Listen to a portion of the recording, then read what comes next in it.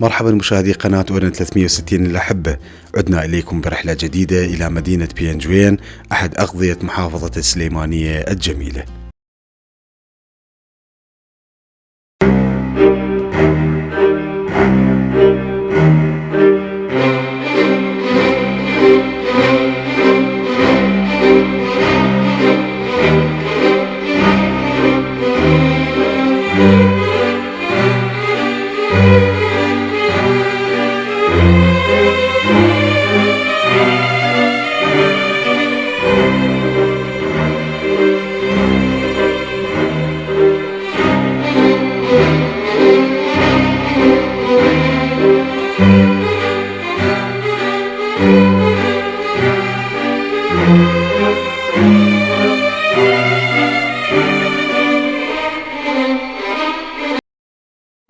يقع قضاء بينجوين في شمال شرق محافظة السليمانية قرب الحدود العراقية الإيرانية على ارتفاع 1270 متر عن مستوى سطح البحر.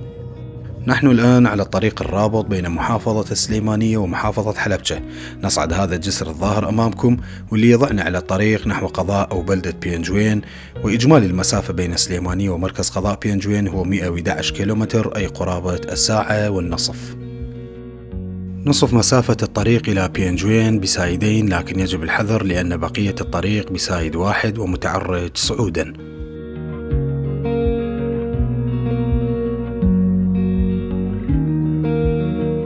على الطريق مررنا بقرية شوتان، والتي يزرع فيها أفضل أنواع الرز أو التمن المحلي الكردي في المنطقة. كلما اقتربنا من بينجوين تكتظ الأشجار أكثر فأكثر على السفوح، وتتناقص درجات الحرارة شيئا فشيئا.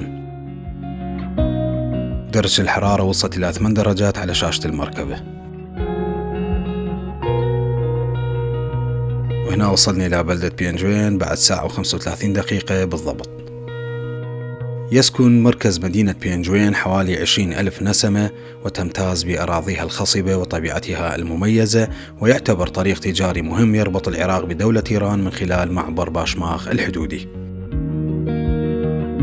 توجهنا مباشرة إلى مصيف بلكيان للاستراحة وتناول الفطور الصباحي، والذي يبعد بحدود 10 دقائق عن مركز البلدة.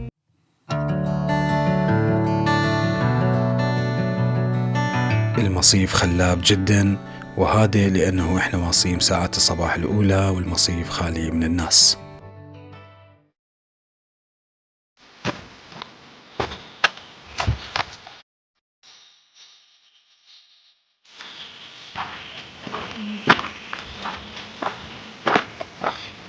كل هذا الجمال بهاي الأوقات الخريفية، فأتصور المكان بأوقات الربيع.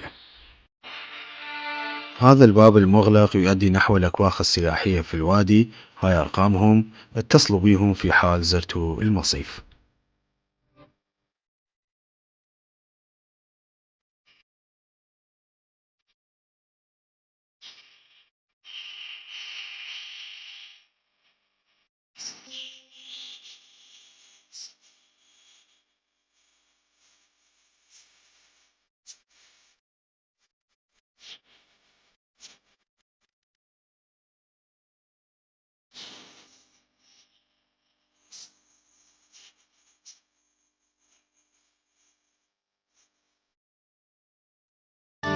محطتنا التالية هي مرقد الياسفرة، وهي جزء من حكاية شعبية قديمة جدا في بينجوين عن شخص باسم الياس الطائر أو الياسفرة بالكردية.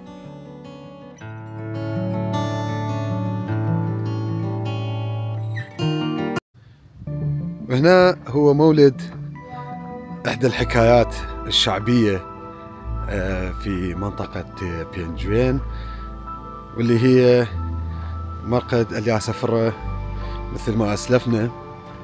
طبعا الحكاية أنه هذا الشخص كان بعد ما ماته دفنوه بهاي الصفحة، من يعني بهذا صفحة جبلي، زين، لكن هو كان وصيته أنه يندفن بهذا المكان، زين.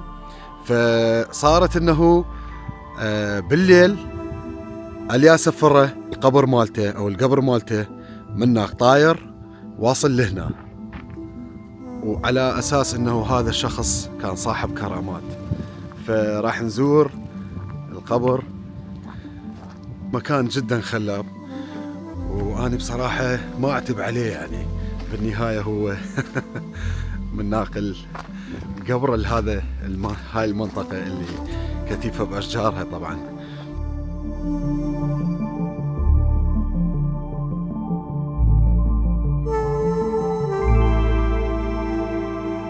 تدرون الناس عندها اعتقاداتها، وهذا قبر الشخص على سفره، والظاهر انه الناس تجي وتطلب مرادها.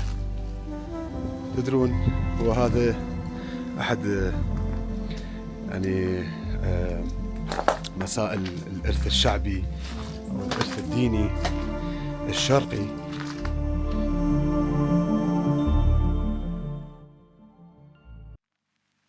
المكان تم تهيئته بجهود مالكي الأرض لتصبح وجهة سياحية جميلة، وحاليا العمل في مراحله النهائية.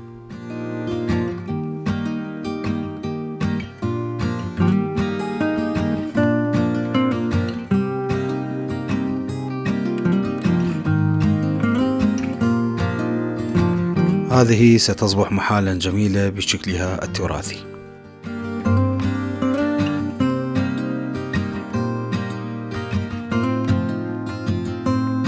في أعالي المكان تم استثمار العين الماء النابع من الجبل بشكل رائع لعمل هاي المساحة اللطيفة للجلوس.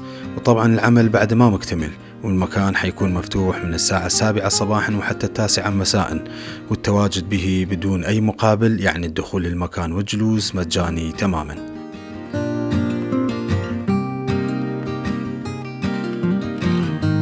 ما ضيعنا الوقت وتوجهنا مباشرة إلى وادي اليهود، وهناك اكو قصص حنسولفهم.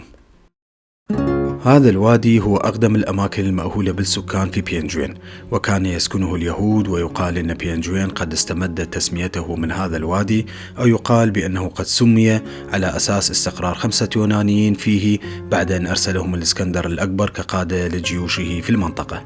حاولنا أن نستكشف أي أثر باقي لليهود في الوادي، إلا أن أهالي المنطقة أخبرونا بأن الآثار قد زالت بسبب العوامل الطبيعية.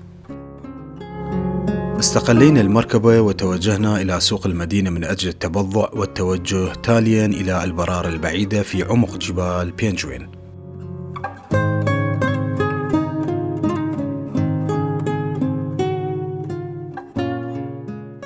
أصحاب المحلات دلوني على مكان يبيع أكلة كلانة الكردية اللي أنا ما أشبع منها طبعا. والكلانة هي عجينة مفرودة تحشى بالبصل الأخضر، طبعا العجينة تكون رقيقة جدا.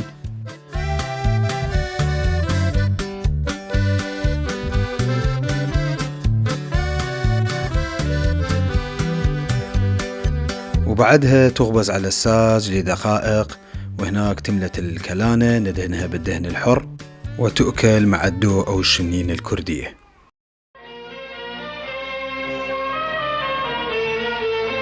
رجعنا إلى الطريق باتجاه قرية هرقيتة والقريبة من معبر باشماغ الحدودي.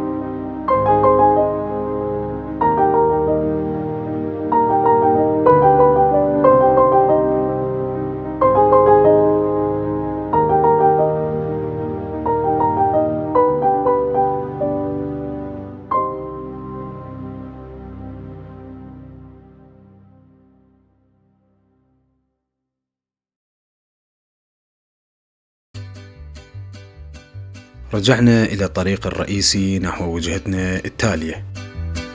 الجبال الظاهرة أمامكم هي الأراضي الإيرانية من داخل بيانجوين.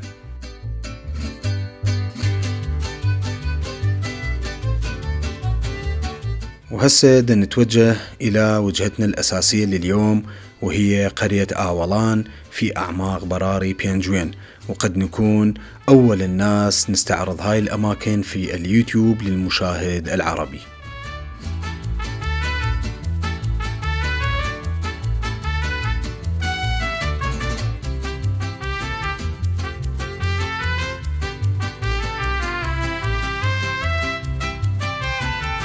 أينما وجهت ناظريك في هذه الطبيعة ستندهش من جمالها الأخاذ، لذا الطرق بحد ذاتها متعة لا توصف ننقلها إليكم.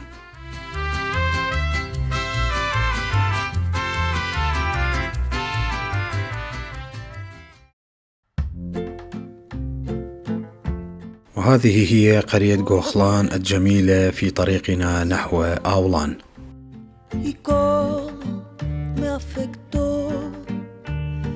Las horas que pasé en aquel bus. No entiendo bien por qué mi abuelo. مزارع الطماطة منتشرة في أغلب الأراضي الزراعية في بيانجوين، وتشحن محاصيلها إلى كل مدن كردستان والمحافظات العراقية جنوباً. بعد قرية غوخلان الشارع يصير ترابي، وقررنا أن نتقدم على الرغم من أن سيارتنا مو مخصصة لهيج طرق ترابية.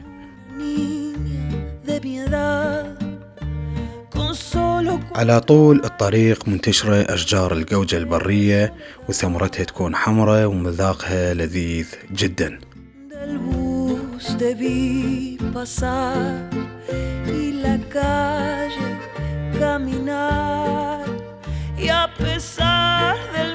الغيوم بدأت تتشكل شوية شوية، وصارت تمطر أمطار خريفية رائعة، والأجواء كانت جدا ساحرة.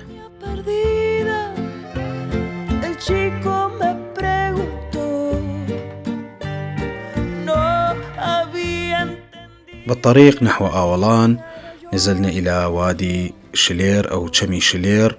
المياه بها قليلة حاليا لأنه إحنا بنهاية الخريف، لكن هذا ما قلل من جمالها الدائم وعذوبة مياهها التي لا تنضب.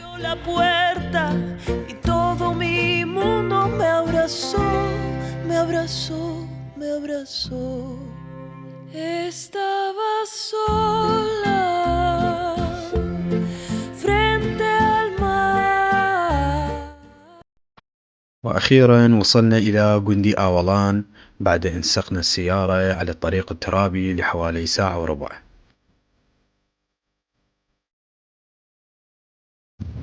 وهاي الأجواء الماطرة احنا نتوجه إلى داخل قرية آولان. طبعا ما موجودة هنا لا شبكة موبايل، وهي فعليا على الحدود العراقية الإيرانية تقريبا بالضبط. بالجهة المقابلة موجودة مدينة سقز الإيرانية.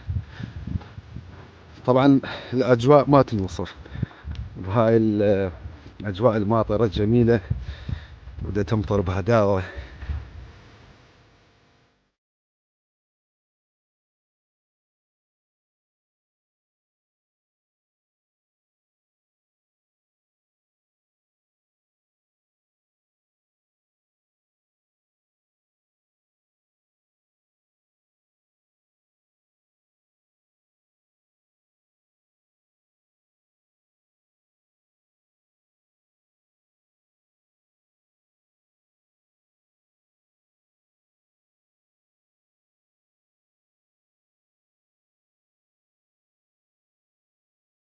القرية خالية من سكانها حاليا، وهاي أطلال بيوتهم القديمة المبنية من الطين والحجر.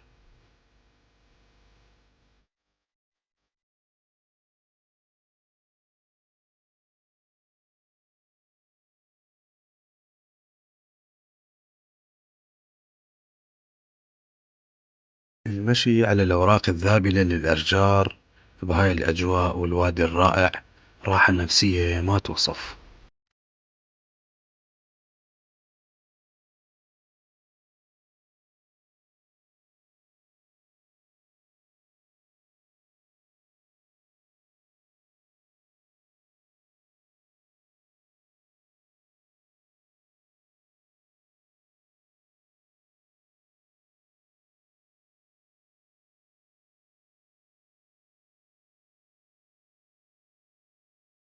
أشجار الجوز المعمرة هذه تبلغ أعمارها مئات السنين، جذوعها وأحجامها هائلة ومهيبة.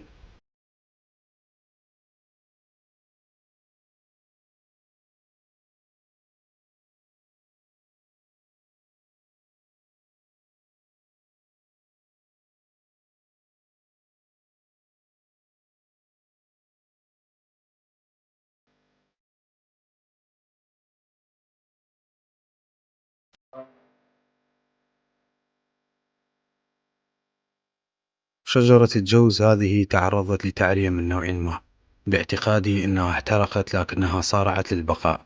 ما هو رأيكم بهذا التجويف في هذه الشجرة؟ طعم ثمار الجوز لهذه الأشجار كانت لها خصوصية ومليئة بالزيوت بشكل كبير. صادفنا شباب جايين من داخل المدينة لزيارة مزارعهم بالقرية، ضيفونا ودردشنا شوية. قالوا بأنه أهل القرية توجهوا نحو التوظيف في المدينة، وأشاروا بأنه على بعد نصف ساعة مشي توجد أشجار جوز أكبر مما شاهدناها بأضعاف.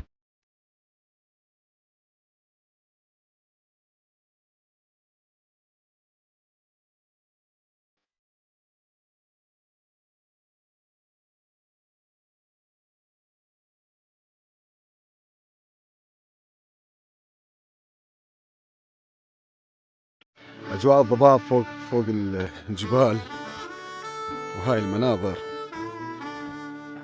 وكمية الهواء النقي والأكسجين اللي تستنشقه تستحق تقطع لها آلاف الأميال الكيلومترات. أحب أنوه عن شيء واحد أو شغلتين بالأحرى. أولا أنه لازم تتقيدون بالطرق الرئيسية، وما تصعدون أعالي كل جبل، لأن هاي المنطقة هي منطقة حروب سابقة من الحرب العراقية الإيرانية، واحتمال أنه هي تكون ملغمة أو ملغومة وتوجد بها حقول ألغام جدا واسعة، وسلامتكم أهم شيء بالنهاية. والمسألة الثانية هي أرجوكم كل الرجاء أن تحافظوا على بيئة المكان أثناء زيارتكم إليه. ومع حلول المساء عدنا أدراجنا نحو مدينة بينجوين.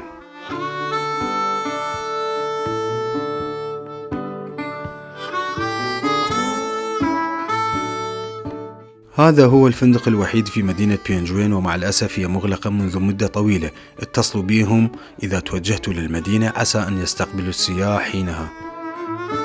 بعد أن نال التعب منا مبتغاه، توجهنا لمزرعة أحد الأصدقاء للمبيت ليلا.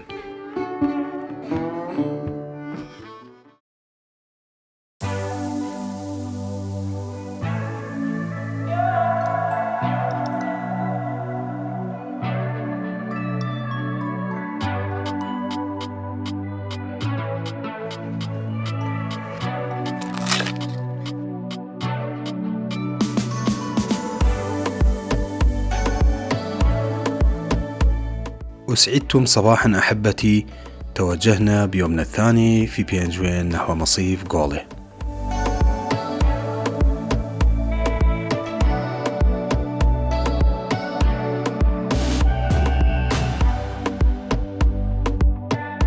أحبتنا، دعمكم إلنا بالاشتراك بالقناة يحفزنا على التواصل، فلا تبخلوا علينا من كرمكم. أرض بينجوين تزخر بثروات زراعية كبيرة، والبطاطا إحداها.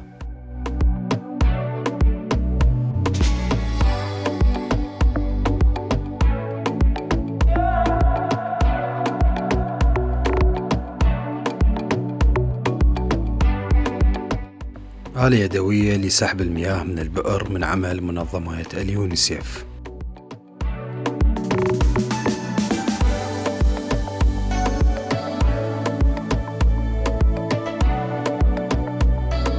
طبعا مزارع الطماطة مكتسحة منطقة بينجوين، ولها الأولوية في الزراعة على المحاصيل الأخرى.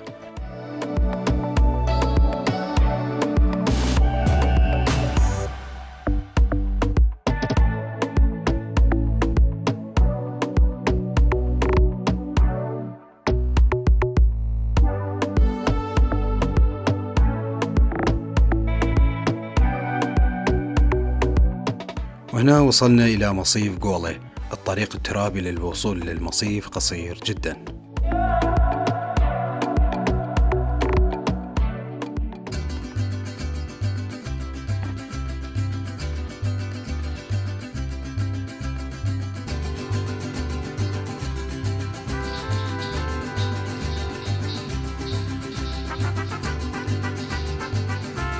نزلنا نحو وادي غولة والسفح المائي اللي تحتويه.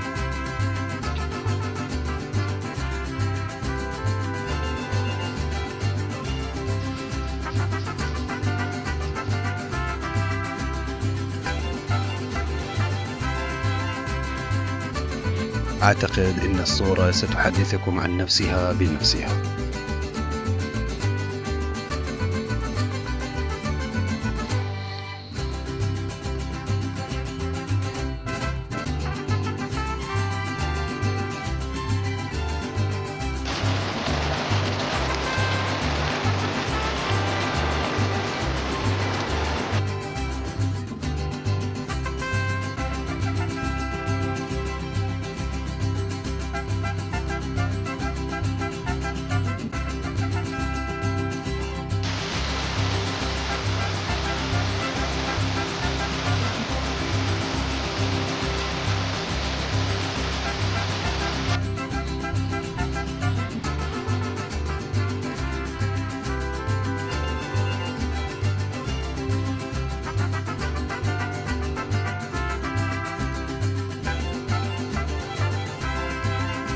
هذه الطحالب هي أساس لتكون نوع من السرخسيات والأعشاب النادرة التي تزين الصخور المحفورة على هذه الواجهة المائية الصخرية، وكأنما هي كاتدرائية فنية نحتتها الطبيعة في هذه البقعة من كردستان.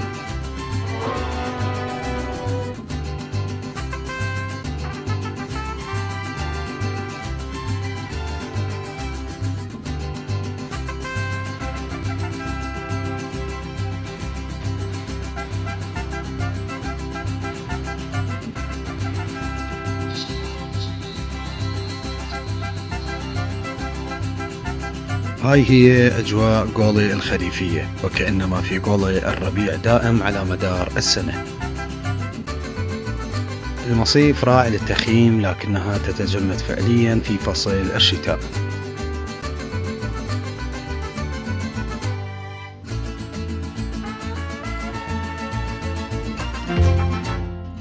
توجهنا نحو محطتنا الأخيرة بهاي الرحلة، وهي أكبر مزرعة ومطعم لأسماك السلمون في بينجوين.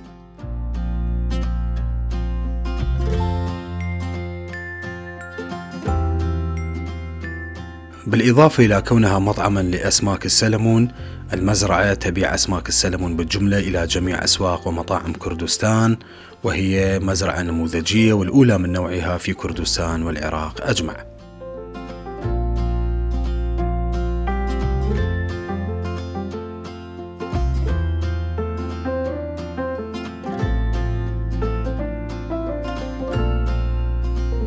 وهنا قررنا نجرب سمك السلمون عندهم. لحم السلمون من الداخل بلونين، الأبيض والبرتقالي مثل ما تشوفون. تتملح السمكات بشكل جيد، تتخلى على الفحم وينشون لنص ساعة، ويضاف لهم الخضار، وهذا هو الشكل النهائي للسمك مثل ما تشوفون. اختارينا الجلوس بهاي الكابينات المفروشة والمدفئة، والجلوس بها تقليدي، والسمك كان رائع جدا، وسهمكم العافية.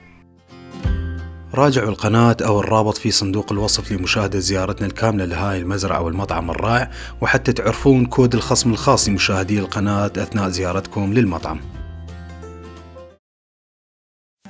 مساء عدنا أدراجنا نحو مدينة السليمانية، تاركين مدينة بينجوين. أريد أكد على ضرورة الالتزام بحدود السرعة والمسارات، حيث صادفنا هاي الحادثة القوية، والحسن الحظ الجميع كانوا سالمين. بينجوين مدينة رائعة وطبيعتها استثنائية، وأهلها جدا مضيافين على الطريقة القديمة. نرجو أن متعناكم في هذه الرحلة، ووجهناكم بالشكل المفيد والصحيح نحو تلك الوجهات الرائعة. دعمكم لنا واشتراككم في القناة من جميل، وحسن كرمكم. لكم كل المحبة، ودمتم سالمين.